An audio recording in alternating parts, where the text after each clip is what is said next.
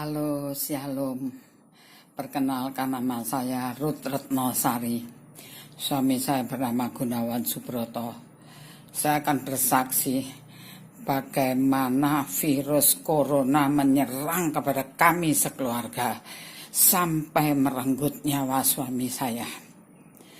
Saya seorang nenek, cucu 9, berumur 70,5 tahun. September ini, tahun ini saya umur 71. Bagaimana pada saat itu, tanggal 12 Maret adalah hari awal di mana suami saya mulai merasa sakit batuk flu. Sudah langsung saya ajak ke dokter sore harinya. Itu hari Kamis, dan ternyata diobati dengan dokter pun tidak sembuh. Pada hari Sabtunya, yaitu tanggal 14, saya pun mulai terkena. Jadi demam-demam gak enak badan. Seluruh badan saya sakit semua. Seluruh badan suami saya juga sakit semua. Dan kami merasa kepala kami sakit, badan kami sakit, sampai benar-benar kami, terutama diri saya, nggak bisa jalan. Kalau saya jalan harus kiri kanan, dirompoh namanya, dipegangi sama anak-anak saya. Untuk jalan ke kamar mandi aja, saya nggak bisa. Nah, saya nggak tahu saya sakit apa. Padahal waktu itu langsung ke dokter. Karena belum sembuh, hari Minggunya saya ke UGD di Kolombia. Diperiksa darah dan lain sebagainya, katanya virus dan bakteri. Kami disuruh pulang. Suami saya dikasih obat, saya tidak dikasih obat. Senin masih belum enak, kami kembali lagi ke dokter. Hanya diberitahu sama dokter harus banyak minum. Kemudian kalau tidak mau diinfus katanya, karena suami saya mulai nggak suka makan, mulai nggak suka minum. Ya, kemudian ternyata nggak sembuh juga, sehingga pada hari itu, yaitu tanggal 16 Maret, sebelumnya tanggal 15 Maret ya, hari Minggu, kami ke UGD lagi, tapi pindah rumah sakit Royal Progress. Di Royal Progress semua full. Yang adanya kelas 1 di mana 3 orang. Nah, saya tidak bisa jadi satu dengan suami saya. Karena laki sendiri, perempuan sendiri. Saya minta yang VIP, yang 2 orang, semuanya full, katanya waiting list. Sehingga apa yang terjadi? Karena tetangga saya seorang nenek yang banyak kerabatnya, kalau ngomong keras sekali. Jadi saya minta pulang sama dokternya. Dan suami saya tinggal di situ. Ternyata saya pulang malam hari itu, saya di tengah jalan muntah-muntah. Dan saya sampai rumah, semalam-malaman saya nggak bisa tidur. Badan saya demam, sakit semua. Kepala saya sakit, sampai sedemikian rupa ya. Akhirnya malam hari itu saya dijaga oleh seorang anak menantu perempuan saya sampai pagi. Menjelang dini hari baru saya bisa tidur. Dan besoknya saya dibawa ke rumah sakit Eka Hospital yang ada di Harapan Indah sini. Saya masuk UGD, saya diinfus, kemudian saya dimasukkan di kamar. Nah, di situ saudara, saat sore hari, berarti tanggal 18, tiba-tiba di UGD itu saya mendengar kabar bahwa suami saya sudah meninggal. Karena hari itu sebenarnya suami saya kritis. Suami saya sudah dimasukkan di ruang isolasi. Tapi anak-anak tidak memberitahu saya. Karena saya sendiri dalam keadaan kritis. Anak-anak takut nanti saya nggak kuat atau syok. Ternyata pada jam 18, yaitu jam 6 sore, kira-kira 18:11, anak saya yang di Bali juga datang pada hari itu. ternyata anak saya yang lain memberitahu bahwa Papa sudah nggak ada. Jadi Bapak Ibu sekalian, saya syok sekali. Suami saya itu jarang sakit. Saya yang sering sakit. Dan suami saya itu, saya terlalu baik. Sampai saya selalu berdoa kepada Tuhan, begini Tuhan. Kalau Tuhan mau panggil salah satu di antara kami, panggil saya dulu aja Tuhan. Karena saya nggak sanggup rasanya kalau hidup sendiri tanpa suami. Ternyata yang Tuhan kehendaki lain. Suami saya dipanggil duluan. Dan hanya 5 hari sakit. Secara manusia saya bersyukur. Karena suami saya tidak menderita sama sekali. Hanya malam itu suami saya di Royal Progress dijaga sama anak saya, laki-laki yang sulung. Katanya suami saya udah mulai kesakitan terus, gelisah terus.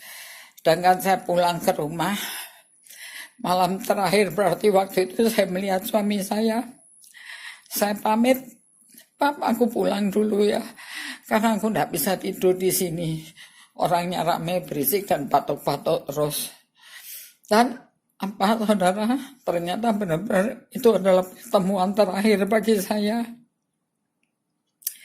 Suami saya sudah pulang ke rumah Papa. Sehingga saya maksa minta keluar dari rumah sakit Eka Hospital. Karena saya pasti mau melihat jenazah suami saya. Ternyata tidak ada rumah sakit yang mau menerimanya. Karena khawatir. Karena itu dianggapnya virus corona. Karena paru-paru suami saya yang kena. Dan tidak ada juga, saya punya tanah kuburan di tempat yang mahal itu, Kerawang, San Diego. Itu tidak mau menerima pasien virus corona. Sehingga apa yang terjadi? Saya menangis di hadapan Tuhan. Saya bilang, Tuhan, masa jasad terakhir suami saya ditolak oleh semua rumah duka, ditolak oleh tanah penguburan. Tolonglah Tuhan. Dan puji Tuhan ada satu rumah duka abadi yang mau menerima. Tapi hanya semalam dan pagi-pagi jam 6 sudah harus keluar dari rumah sakit. Dan ternyata Pondok Rangon juga mau menerima. Saya malam hari itu bersama keluarga, anak menantu saya, cucu saya, tinggal di hotel yang di dekat rumah duka itu.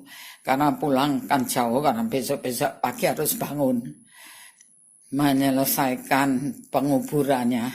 Ternyata besok paginya saya nggak kuat, saya lemes, badan saya sakit semua, saya nggak sanggup untuk ikut.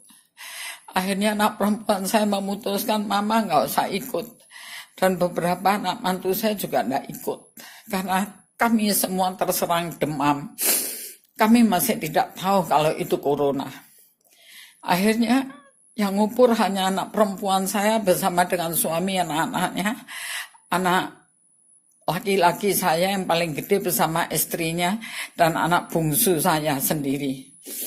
Dan tidak boleh ada upacara macam-macam juga. Jadi begitu sampai Pondok Rangon sudah langsung mau dikubur. Tapi anak saya minta, tunggu Pak, kami mau berdoa dulu. Setelah semuanya beres, semua penguburan beres, kami mulai pulang ke rumah. Saya tetap tidak sendiri, ditemanin sama anak saya bungsu yang dari Bali. Tapi ternyata keadaan saya tidak semakin baik. Tapi keadaan saya semakin lumayan parah. Sehingga anak sepakat memasukkan saya ke rumah sakit Siloam Bekasi.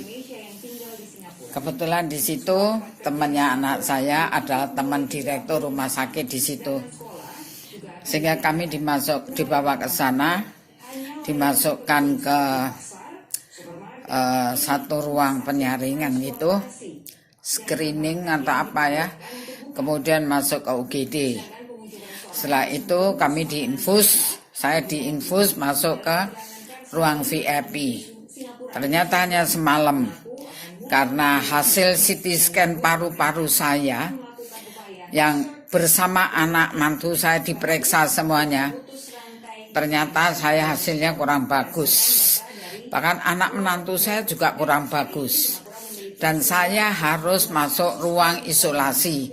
Sementara anak menantu yang lain harus isolasi di rumah. Yang syok adalah anak saya David. Karena istrinya juga ternyata hasilnya tidak bagus. Sedangkan mereka harus isolasi dua-dua. Anaknya atau rumah mereka ada di BSD. Anaknya perempuan masih 17 tahun dan 12 tahun harus ditinggal. Mereka berdua sendiri karena orang tuanya harus isolasi. Sehingga pada tidur di rumah sayanya di rumah sakit Siloam. Malam pertama diisolasi, anak saya keempat menemani saya. Karena saya masih syok. Saya masih terpukul, dan supaya anak saya merasa saya tidak sendiri, bahwa anak-anak menantu saya bersama saya. Dia minta izin sama dokter masuk ruang isolasi bersama saya. Diizinkan asal memakai pakaian APD atau apa, seperti astronot begitu. Ya, sampai anak saya keluar masuk ruangan juga karena sesak. Rupanya pakai seperti itu ya. Ya, akhirnya semalam doang anak saya sendiri demam. Anak-anak yang semuanya juga kena, paru-parunya. Mantu saya bahkan yang jaga saya di rumah sakit hanya anak saya dari Bali. Itu pun tidak boleh masuk ke kamar, hanya intip-intip dari kaca luar. Padahal tiap malam hujan dan di luar dingin sekali. Kalau siang panas. Jadi anak saya tidur di hotel di dekat rumah sakit situ, karena kalau pulang terlalu jauh dan terlalu capek mondar-mandir. Saudara, sahabat-sahabatku, saya ingin memberitahukan bagaimana saya akhirnya bisa sembuh, bagaimana saya kuat menghadapi semua ini. Bagaimana saya bisa lolos dari cengkraman virus corona. Rahasia ini besar, tapi ini bukan merupakan satu rahasia yang harus disimpan. Saya harus sampaikan semuanya dengan baik. Sebagai manusia biasa, kita pasti up and down. Suatu hari saya kuat, semangat, tapi suatu hari saya lemes, loyo. Salbat dan sakit kabeh, sakit penyakit rasanya menggerogoti seluruh tubuh saya. Saat itu saya down, di mana perutnya tidak enak, kepalanya pusing, vertigo, badan sakit semua, napas sesak. Saat seperti itu terus terang saya memang down. Tetapi rahasia yang ingin saya beritahukan adalah, yang pertama, selain semua obat-obat yang diberikan oleh dokter serta vitamin, minumlah semua dengan baik. Yang kedua, tidak cukup hanya dengan obat atau vitamin yang diberikan dengan dokter-dokter yang ada, tetapi satu kekuatan luar biasa yang akan mengalir dalam diri kita saat kita lemah adalah pujian penyembahan kepada Tuhan, adalah firman Tuhan yang kita bacakan dengan suara keras. Jadi saat saya lemah, saya teriak-teriak sendiri di ruang isolasi, memuji menyembah Tuhan, membaca firman Tuhan. Karena saya percaya saya tidak bisa makan, karena perutnya mual melulu. Jadi ingat akan firman Tuhan, manusia bukan hanya makan dari roti, tapi dari firman yang keluar dari mulutnya Allah. Saya ingat itu, makanya saya ucapkan firman Tuhan. Saya ucapkan firman Tuhan, saya naikkan terus pujian penyembahan, sehingga saya kuat kembali. Setiap kali saya lemah, saya teriak-teriak memuji menyembah Tuhan, dan saya mendapat kekuatan baru. Itu rahasia saya. Ya, yang ketiga adalah kesatuan dan kasih dari anak-anak menantu cucu saya. Mereka semua menyemangati saya. Mereka bersatu terus menyemangati saya bahwa Mama pasti bisa. Mama pasti bisa melewati semua masa kritis ini. Mama pasti bisa. Itu yang menyemangati saya. Jadi pertama, obat-obat yang diberikan oleh dokter, minumlah semua dengan baik. Kedua, banyak memuji menyembah Tuhan dan baca firman Tuhan dengan keras. Yang ketiga, kesatuan keluarga. Saling memotivasi, bergandengan tangan menghadapi semua masalah ini. Dengan kesatuan yang luar biasa, itu sungguh memberi kekuatan kepada kita. Jadi dengan ini saya ucapkan banyak terima kasih kepada Rumah Sakit Siloam Bekasi, kepada dokter-dokter yang begitu baik melayani saya dengan baik dan suster-suster yang ada. Karena perawatan mereka, karena anugerah Tuhan, saya akhirnya boleh pulang pada hari Senin kemarin tanggal 30. Jadi saya masuk rumah sakit Siloam hari Minggu 2 Maret dan saya keluar dari rumah sakit tanggal 30 malam. Saya sehat semuanya. Ya, kepala tidak sakit, badan napas tidak sesak, oksigen normal. Tadinya oksigennya banyak turun sehingga saya banyak dipakai tabung oksigen itu ya. Dan juga karena sesak nafas saya karena batuk-batuk. Kemudian kepala saya pusing, badan sakit semua. Puji Tuhan, setelah hari kelima saya dirawat di Rumah Sakit Siloam. Badan saya mulai baik, sakit-sakitnya mulai hilang. Badan saya merasa segar, demam saya hilang. Nafsu makan saya mulai timbul perlahan-lahan. Saya bersyukur dan berterima kasih kepada Tuhan. Jadi itulah rahasia. Saat saudara lemah, saudara justru harus bangkit. Saat saudara lemah, katakan bahwa aku kuat, aku menang. Saya teriak-teriak mengatakan bahwa virus corona itu kecil, bahkan dilihat dengan mata saja nggak bisa. Sedangkan roh Allah yang ada di dalam diriku jauh lebih besar daripada virus corona. Dan mati hidupku bukan oleh virus corona, tapi mati hidupku ada di tangan Tuhan. Itu yang saya katakan, mati hidupku ada di tangan Tuhan. Karena Tuhan pemilik roh jiwa tubuhku. Karena Tuhan sudah menebus aku dengan darahnya. Itu yang selalu saya ucapkan setiap hari. Sehingga mengalir kekuatan yang luar biasa dari Tuhan. Yang membuat sampai saat ini saya sehat. Jadi jangan saudara takut, jangan saudara khawatir, jangan saudara lemah. Saat virus itu menyerang saudara, tetaplah semangat, tetaplah puji penyembah Tuhan, tetaplah dalam kesatuan keluarga. Pasti saudara akan bisa melalui badai itu dan memenangkannya, keluar sebagai pemenang. Tuhan memberkati. Haleluya, amin.